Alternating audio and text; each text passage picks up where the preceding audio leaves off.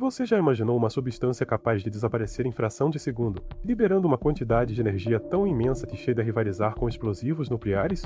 Pois é exatamente isso que acontece quando a antimatéria encontra matéria comum. Mas, ao contrário do que muitos imaginam, não estamos falando de enredos de cinema ou de armas de ficção científica. A antimatéria é real, está sendo produzida e estudada nos principais laboratórios do mundo, e traz consigo um enorme potencial para desvendar mistérios fundamentais do universo. Logo de cara, é importante entender que a antimatéria causa fascínio e até certo receio por causa do termo aniquilação, associado imediatamente a explosões gigantescas. No entanto, as quantidades produzidas são tão diminutas que a ideia de um dispositivo antimaterial capaz de destruir cidades permanece no reino da imaginação. Ainda assim, a antimatéria funciona como um laboratório natural para testar as leis mais profundas da física, desafiando nossos conceitos sobre simetria, gravidade e a própria origem do universo. Neste mergulho, você vai descobrir não apenas o que é antimatéria e como ela é obtida, mas também por que essa substância não representa um perigo para a humanidade na escala atual de produção. Vamos explorar juntos as etapas de geração, captura e transporte, entender os protocolos de segurança que tornam tudo isso viável e embarcar nos mais recentes avanços científicos que utilizam a antimatéria como ferramenta de teste de teorias fundamentais.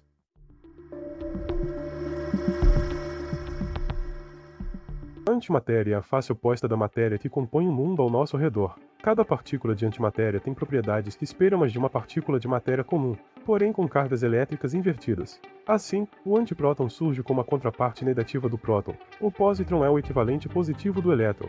E quando unimos um antipróton e um pósitron, formamos o antihidrogênio, o átomo de antimatéria mais simples que conhecemos em laboratório. Ao entrar em contato, antimatéria e matéria se aniquilam mutuamente, convertendo toda a massa das partículas em energia pura segundo a relação entre massa e energia. Essa transformação é tão eficiente que, na teoria, um grama de antimatéria encontrando um grama de matéria comum lideraria energia equivalente àquela de uma arma nuclear compacta. Contudo, na prática, a produção de antimatéria é tão limitada que não ultrapassa frações de nanograma ao longo de décadas de pesquisas. Esse espelhamento quase perfeito entre matéria e antimatéria faz da antimatéria uma ferramenta única para testar simetrias fundamentais da física. Os cientistas querem descobrir-se, em alguma medida sutil, as leis que regem a matéria se desviam quando aplicadas à antimatéria. Qualquer diferença encontrada poderia revolucionar nossa compreensão sobre o desequilíbrio entre matéria e antimatéria no universo, um dos grandes enigmas não resolvidos da cosmologia. A produção de antimatéria começa em aceleradores de partículas de grande porte, onde feixes de prótons são impulsionados próximo à velocidade da luz. Esses prótons colidem contra alvos metálicos, gerando uma cascata de outras partículas que, por sua vez, se transformam em antiprótons. Cada colisão cria apenas uma quantidade ínfima de antiprótons, requerendo milhares de repetições para obter um número significativo dessas partículas. Depois de criados, os antiprótons são desacelerados e resfriados utilizando armadilhas eletromagnéticas de alta precisão. Esses dispositivos, conhecidos como armadilhas de Penn-Mondale, combinam campos magnéticos e elétricos para manter as partículas de antimatéria suspensas no vácuo. Para formar antihidrogênio, é preciso inserir um pósitron nessa armadilha, permitindo que ele se combine com o antipróton e dê origem ao átomo de antimatéria mais fácil de se estudar. Manter a antimatéria armazenada exige controles extremos de ambiente. O vácuo deve ser praticamente perfeito, sem vestígios de moléculas de ar. A temperatura precisa ser reduzida a frações de grau acima do zero absoluto, e quaisquer vibrações externas ou flutuações de campo podem levar à perda irreversível de antimatéria por aniquilação imediata. Por isso, cada experimento envolve múltiplos sistemas de monitoramento, interferindo em questão de microsegundos caso alguma instabilidade seja detectada. A aniquilação de antimatéria realmente libera energia em proporções impressionantes, mas as quantidades produzidas até hoje são tão insignificantes que não chegariam a provocar sequer um estouro de fogareiro no quintal de casa. No maior laboratório de antimatéria do mundo, em funcionamento por décadas, acumulou-se apenas algumas dezenas de nanogramas, o que, se aniquilado, geraria energia suficiente para aquecer uma pequena piscina de água, nada parecido com destruição em larga escala. Para termos uma ideia, se operássemos ininterruptamente um acelerador capaz de produzir 250 bilhões de antiprótons por hora, levaríamos centenas de milhões de anos para chegar à marca de 1 grama de antimatéria. Ou seja, mesmo que alguém desejasse acumular uma quantidade perigosa, a limitação tecnológica e temporal torna esse cenário impossível com a nossa capacidade atual. Além disso, os protocolos de segurança em instalações de pesquisa são extremamente rígidos. Qualquer liberação súbita de antimatéria seria detectada por sensores dedicados, que acionam desligamentos automáticos em milésimos de segundo.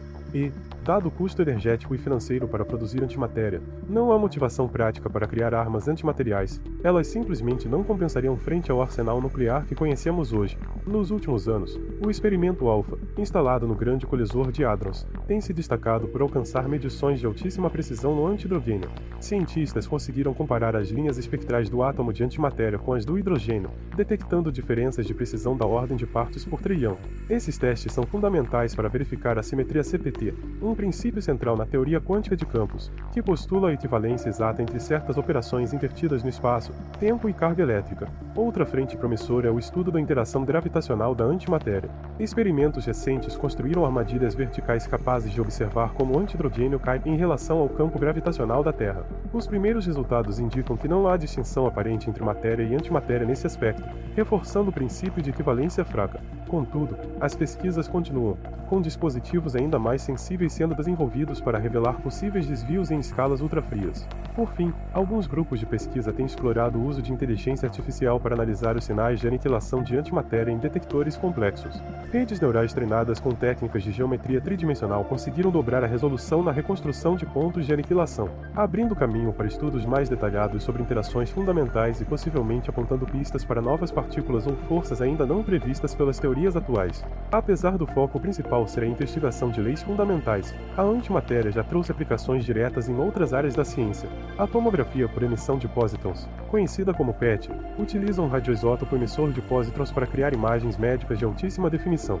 Ao aniquilar com elétrons no corpo, esses pósitrons emitem fótons detectáveis que fornecem informações precisas sobre processos metabólicos, auxiliando no diagnóstico de cânceres e doenças neurológicas com muito mais fidelidade que métodos convencionais. No campo da energia, ainda que existam especulações sobre propulsão baseada em aniquilação, os desafios de produzir antimatéria em escala útil tornam essa perspectiva remota.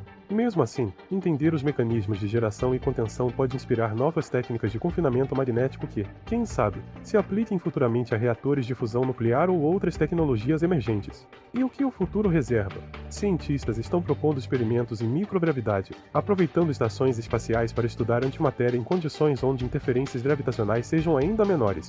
Além disso, há planos de construir aceleradores dedicados, otimizados exclusivamente para a produção de antimatéria, capazes de acelerar a obtenção de quantidades suficientes para testes inéditos, tanto em física de partículas quanto em aplicações avançadas de diagnóstico e sensoriamento. A antimatéria, embora pareça pertencer a um reino de ficção científica, é uma realidade tangível que desafia nossos limites técnicos e expande nossa compreensão do cosmos. Cada átomo de antihidrogênio mantido suspenso em uma armadilha magnética representa um passo adiante na busca por respostas às questões mais fundamentais. Por que nosso universo é dominado por matéria e não por antimatéria?